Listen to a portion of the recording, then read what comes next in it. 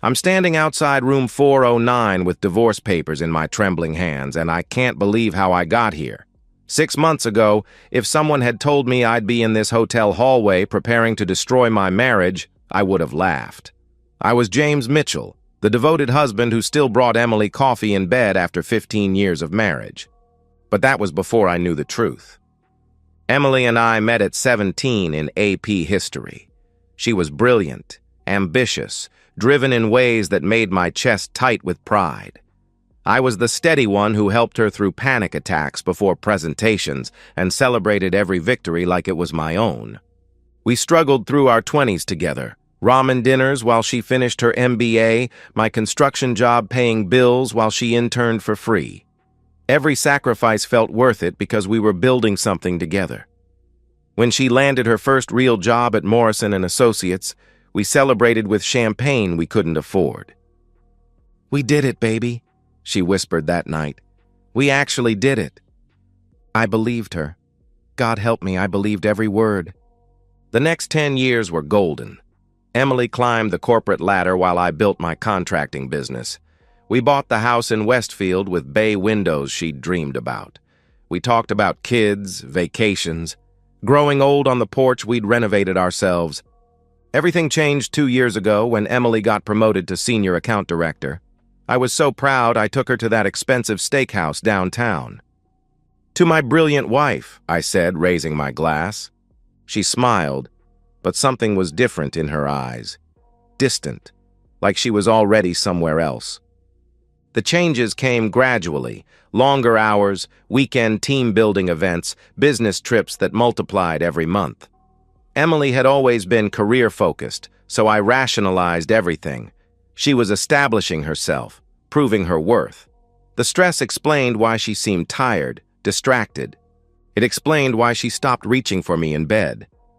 "I'm just exhausted, James," she'd say, turning away. "This promotion is killing me."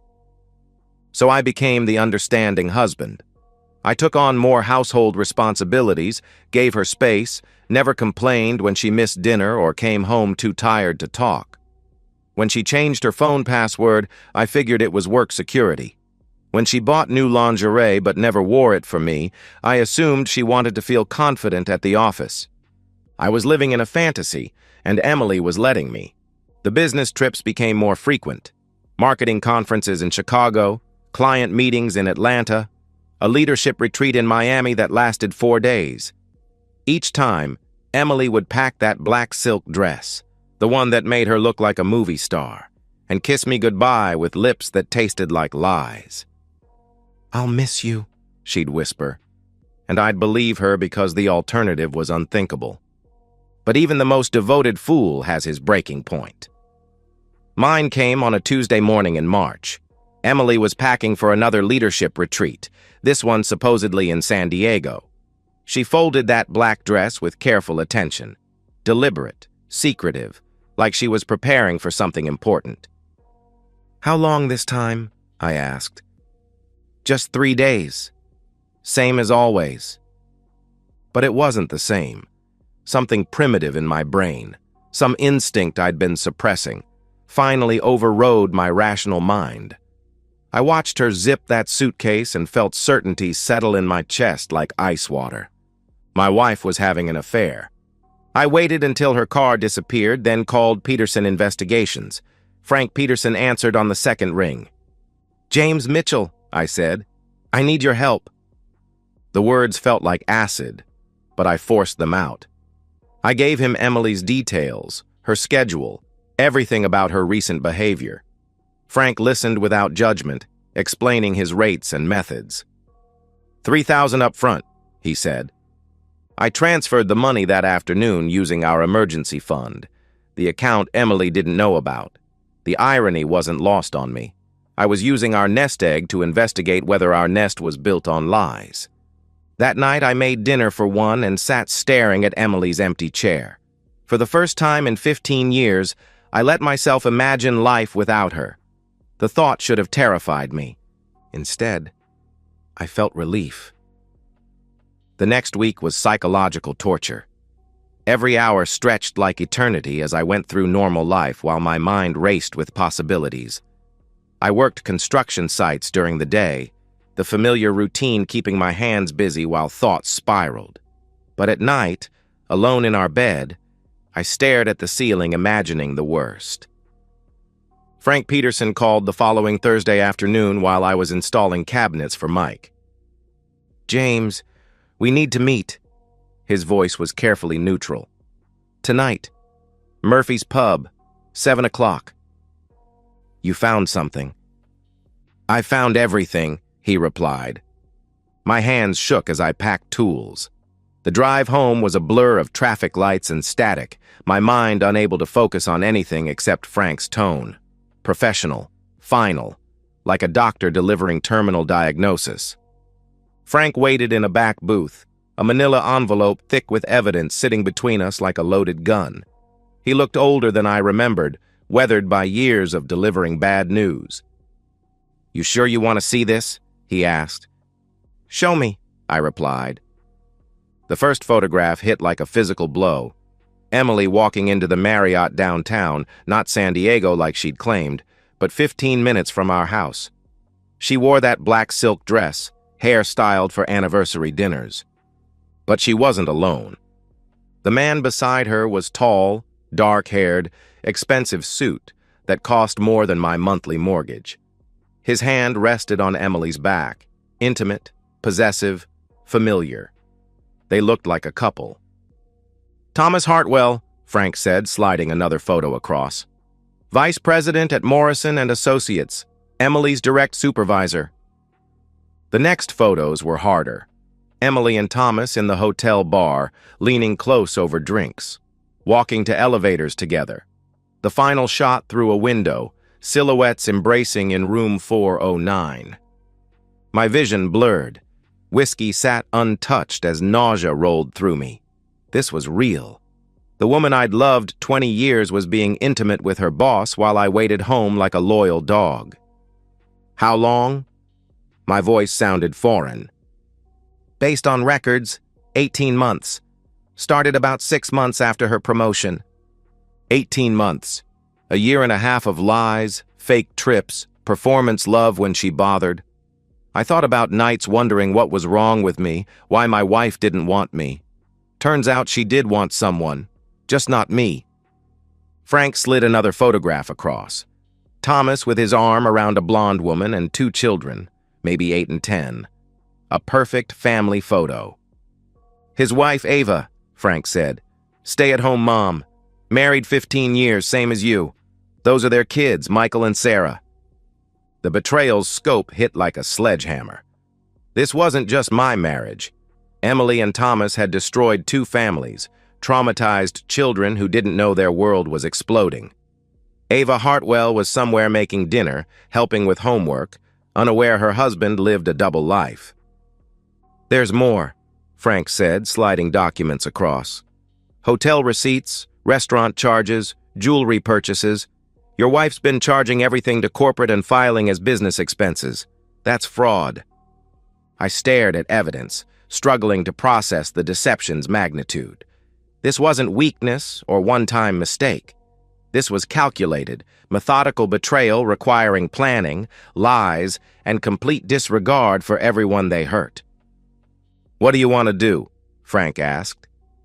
The man I'd been a week ago would have wanted to save his marriage, considered counseling, forgiveness, working through pain together.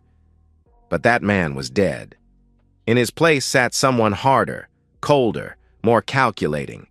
Someone who understood Emily had chosen Thomas 18 months ago, and every day since had been lies. "I need Ava Hartwell's address," I said. Frank raised an eyebrow. "Planning to tell her?"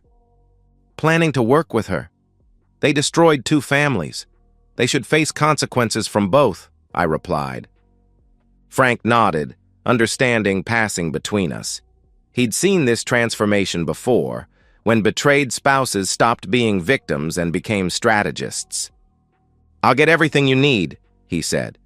"But James, revenge is dangerous. Once you start, there's no going back." I looked at photographs scattered across the table, evidence of Emily's treachery, proof of Thomas's deception, pictures of innocent children about to lose their father. The game had already started.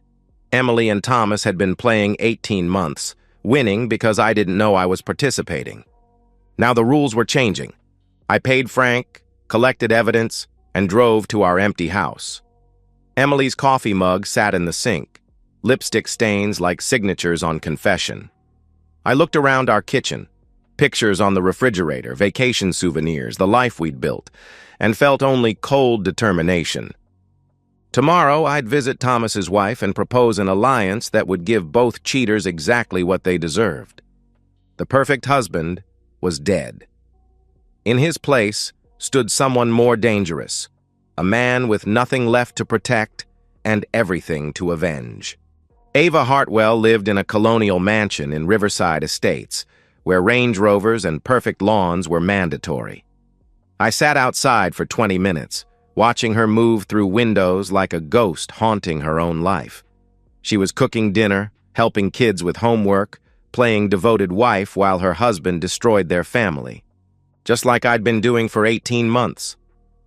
I finally rang the doorbell at 7:30, after dinner was cleared and children's voices had moved upstairs. Ava answered in yoga pants and an oversized sweater, blonde hair in a messy bun.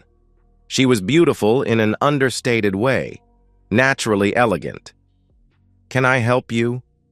Wariness crept into her voice as she took in my work clothes and serious expression. "Mrs. Hartwell, I'm James Mitchell. I think we need to talk about our spouses." Color drained from her face. For a moment, I thought she might slam the door, but something in my tone convinced her I wasn't a threat. She stepped back, gesturing me inside with mechanical movements. Her living room was magazine perfect, cream sofas, fresh flowers, framed photos of family vacations. The American dream built on lies. "You're Emily's husband," she said. "You know about her?" I asked. Ava sank into an armchair, hands folded like prayer. "Not her name, but I knew there was someone. Thomas has been different, distant, working late, business trips that don't make sense, credit card charges he can't explain." She looked up with haunted eyes. "How long have you known?" "1 week. You?" I asked. "I've suspected for months, but kept telling myself I was paranoid. That good wives trust their husbands." Her laugh was bitter. How stupid was I? I pulled out the manila envelope and set it between us. "You weren't stupid. You were loyal. They counted on that." Ava stared at the envelope like it might explode. "Is that—" "Proof. Photos, receipts, statements. Everything you need to know and more than you want to," I replied. She opened it with trembling hands, cycling through shock, rage, and devastating hurt. When she reached the photo of Thomas and Emily kissing outside the hotel, a sound escaped that was part sob, part growl. 18 months, she whispered, reading Frank's report. "Our anniversary was in that window. Christmas with the kids. Sarah's dance recital that he said was so important." She looked up, tears streaming.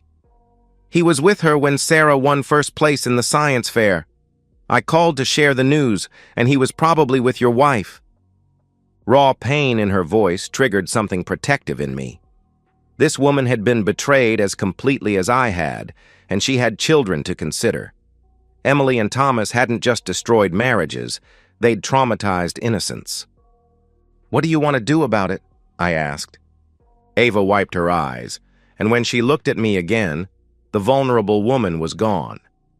In her place sat someone harder, focused, with steel that comes from having illusions stripped away.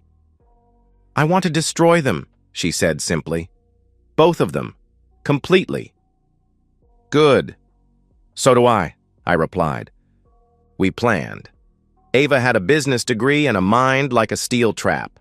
She'd managed Thomas's finances, coordinated his schedule, tracked his obligations. She knew his weaknesses better than anyone. "He's up for partner next year," she said, making notes. Morrison and Associates has a strict morality clause.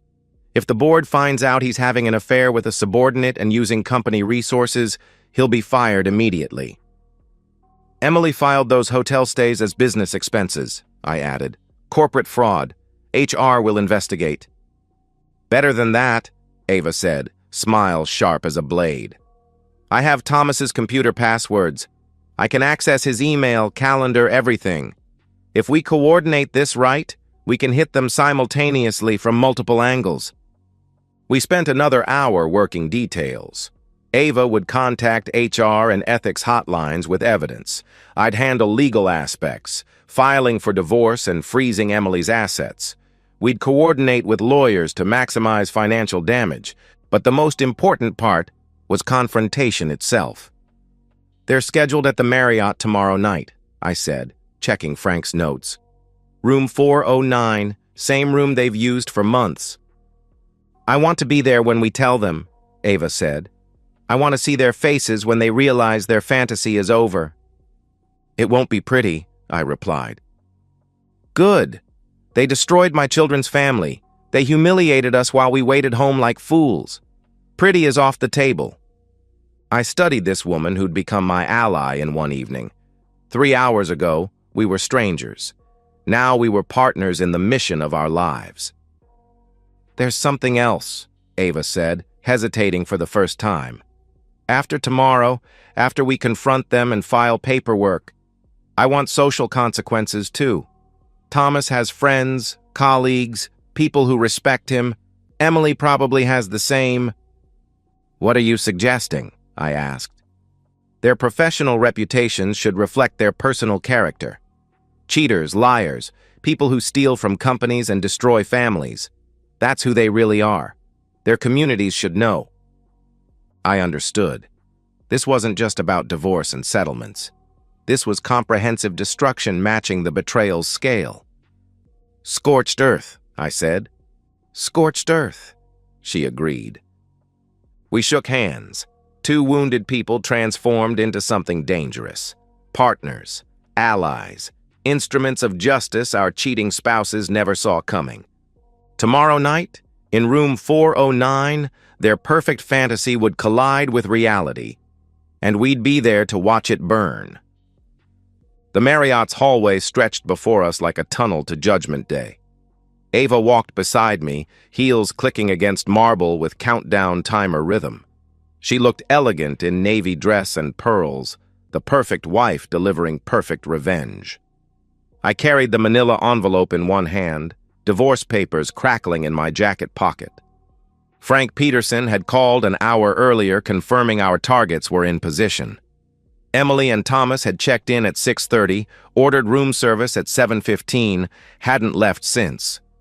Their final performance was reaching climax, and they had no idea their audience was about to walk through the door. You ready for this? I asked as we approached room 409. Ava straightened her shoulders, transforming from nervous wife to warrior queen in a single breath. I've been ready for 18 months. I just didn't know it yet. I knocked, not the tentative tap of hotel staff, but the firm rap of someone with purpose. We heard scrambling inside, muffled voices, people hastily making themselves presentable for unexpected visitors. The door opened to reveal Emily in a hotel bathrobe, hair mussed and lips swollen from kissing another man. For a moment, she stared at me, brain struggling to process why her husband was standing in a hotel hallway when he should be home waiting for her return. James? Her voice was small, confused. What are you doing here? I stepped inside without invitation, Ava close behind.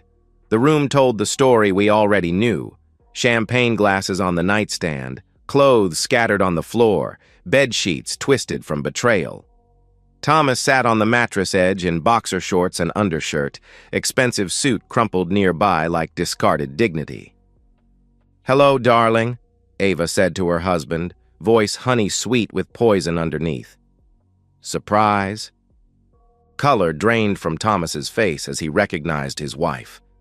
Emily clutched her robe tighter, as if silk could protect her from what was coming. For 18 months, They'd held power, held secrets, made fools of their spouses. Now they sat exposed and defenseless while we held all the cards. "This isn't what it looks like," Emily said automatically. "Really?" I pulled out photographs and spread them across the desk like playing cards. "Because it looks like my wife has been loving her boss in hotel rooms for 18 months while charging it to her corporate account." Thomas started to stand, but Ava's voice stopped him cold. "Sit down, Thomas. You'll want to be comfortable for this conversation." The authority in her tone was absolute. This was the woman who'd run his household, managed his schedule, raised his children while he played house with my wife. Thomas sat back down, suddenly looking younger than his 45 years. "We can explain," he said, finding his voice. "Explain what?" Ava asked. "Explain how you missed Sarah's parent-teacher conference because you were here? Explain how you told me you were in Chicago when you were 15 minutes from our house? Explain how you've been stealing from your children's college fund to pay for hotel rooms?" Emily's face crumpled as the scope of our knowledge became clear. They'd been so careful, so clever, but they'd underestimated their victims. The loyal spouses they'd dismissed as naive had become investigators, prosecutors, and executioners. "James, please," Emily reached toward me. "We can work through this. It was a mistake. I love you. I've always loved you." I pulled divorce papers from my jacket and placed them in her outstretched hand. "You loved me so much you had intimacy with your boss for 18 months. You loved me so much you filed fraudulent expense reports. You loved me so much you came home and kissed me with his taste on your lips." Papers shook in Emily's hands as she read the legal language dissolving our marriage. My lawyer had been thorough. She'd get nothing from our house, savings, or business. The prenup we'd signed as young lovers now served as her financial death sentence. "You can't do this," Thomas said, standing despite Ava's earlier command. "This is private. This is between us." Ava laughed like breaking glass. "Private? You made it public when you decided to be with another man's wife. You made it public when you used company resources for your affair.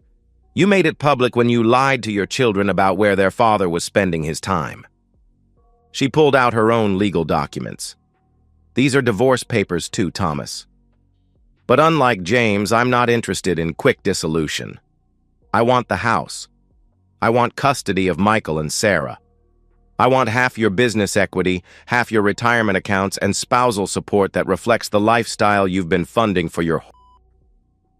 The word hung in the air like a slap. Emily flinched as if physically struck, and Thomas's face flushed red with impotent rage. "You can't call her that," he said. "I can call her whatever I want," Ava replied. "Just like she can call herself unemployed after HR finishes investigating expense fraud. Just like you can call yourself terminated for violating the company's morality clause." I watched realization dawn on their faces. This wasn't just divorce. This wasn't just ending marriages and dividing assets. We'd declared total war, and we'd come armed with nuclear weapons. "By Monday morning," I said, "both your employers will have full documentation of your affair and financial impropriety. Your friends, colleagues, professional networks, they'll all know exactly who you really are." "We have children to think about," Thomas said desperately. "You should have thought about Michael and Sarah 18 months ago," Ava replied. "You should have thought about them every time you chose Emily over your family. You should have thought about them when you decided your dick was more important than their stability." Emily started crying then, not elegant tears of remorseful wife, but ugly sobs of someone whose world was collapsing in real time. I felt nothing watching her break down. The woman I'd loved was gone, replaced by this stranger who'd built happiness on my humiliation. "What do you want from us?" Thomas asked. "Nothing," I said. "There's nothing you can offer that would make this right. You made your choice when you decided to betray your families. Now you get to live with consequences." Ava checked her watch. "James and I have dinner reservations in an hour. I suggest you use the time to figure out how you're going to explain this to your children, parents, friends, and soon-to-be former employers. We walked toward the door, leaving Emily and Thomas to face wreckage of their choices. As I reached for the handle, Emily called out one last time. "James, wait, please. It was just intimacy. It didn't mean anything." I turned back to look at the woman I'd promised to love forever, sitting broken and exposed in a hotel room representing everything wrong with her character. For a moment, I almost felt sorry for her. Then I remembered 18 months of lies, nights wondering what was wrong with me, the way she'd kissed me goodbye before every business trip. "Emily," I said, voice as final as a closing door, "if it didn't mean anything, then neither did our marriage. And neither do you." The elevator doors closed on room 409 and everything it represented. Tomorrow, Emily and Thomas would wake up to a world where their lies had consequences and their victims had voices. Justice had been served. Personal, complete, and absolutely devastating. 3 weeks later, Emily and Thomas returned home to find their lives systematically dismantled. Emily's belongings sat in trash bags at the curb, while Thomas discovered eviction notices and frozen accounts. We'd moved fast while they were trapped in their hotel fantasy. Morrison and associates acted swiftly after receiving Ava's evidence package. Both were terminated within 48 hours for ethics violations and expense fraud. The audit revealed over $30,000 in company funds used to finance their affair. Hotels, restaurants, jewelry. Thomas bought Emily with corporate cards. "The board was furious," Ava told me over coffee. "Richard Morrison said he'd never seen such blatant abuse of company resources." Thomas's professional reputation was obliterated.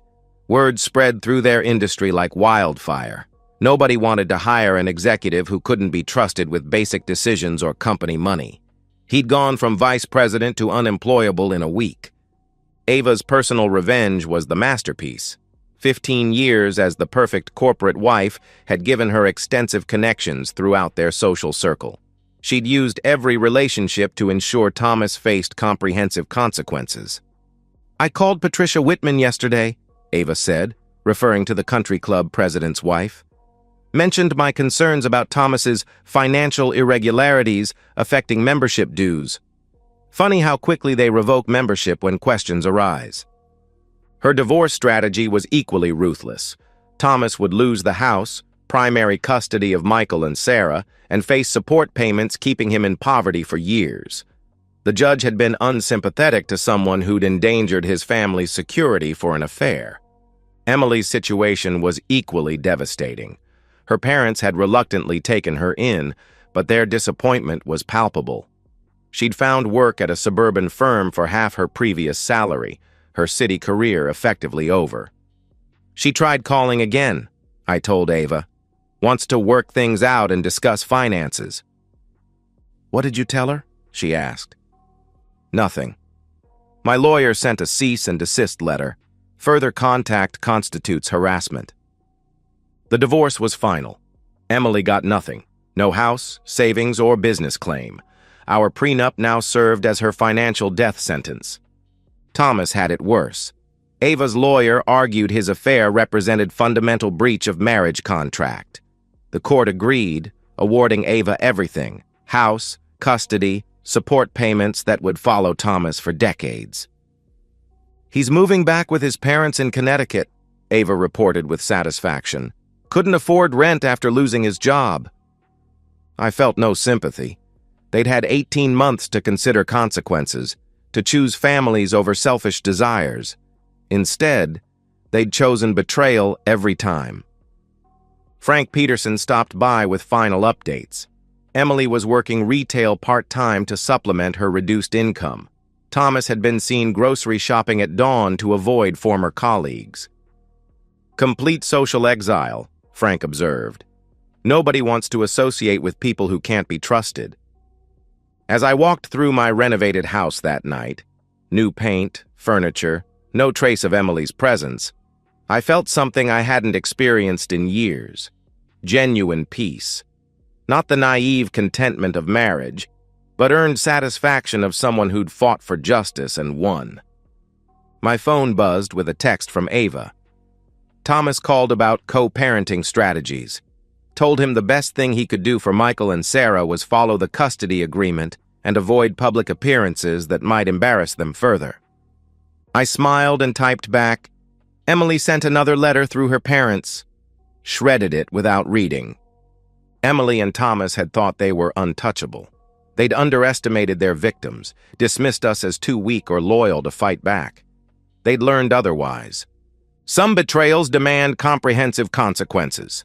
Sometimes the best revenge is watching enemies reap exactly what they've sown while you rebuild something better from the ashes. The perfect husband was dead. The perfect wife was gone. In their place stood people who understood exactly what they were worth and what they wouldn't tolerate. Justice served cold, complete, and without mercy. It tasted exactly like freedom.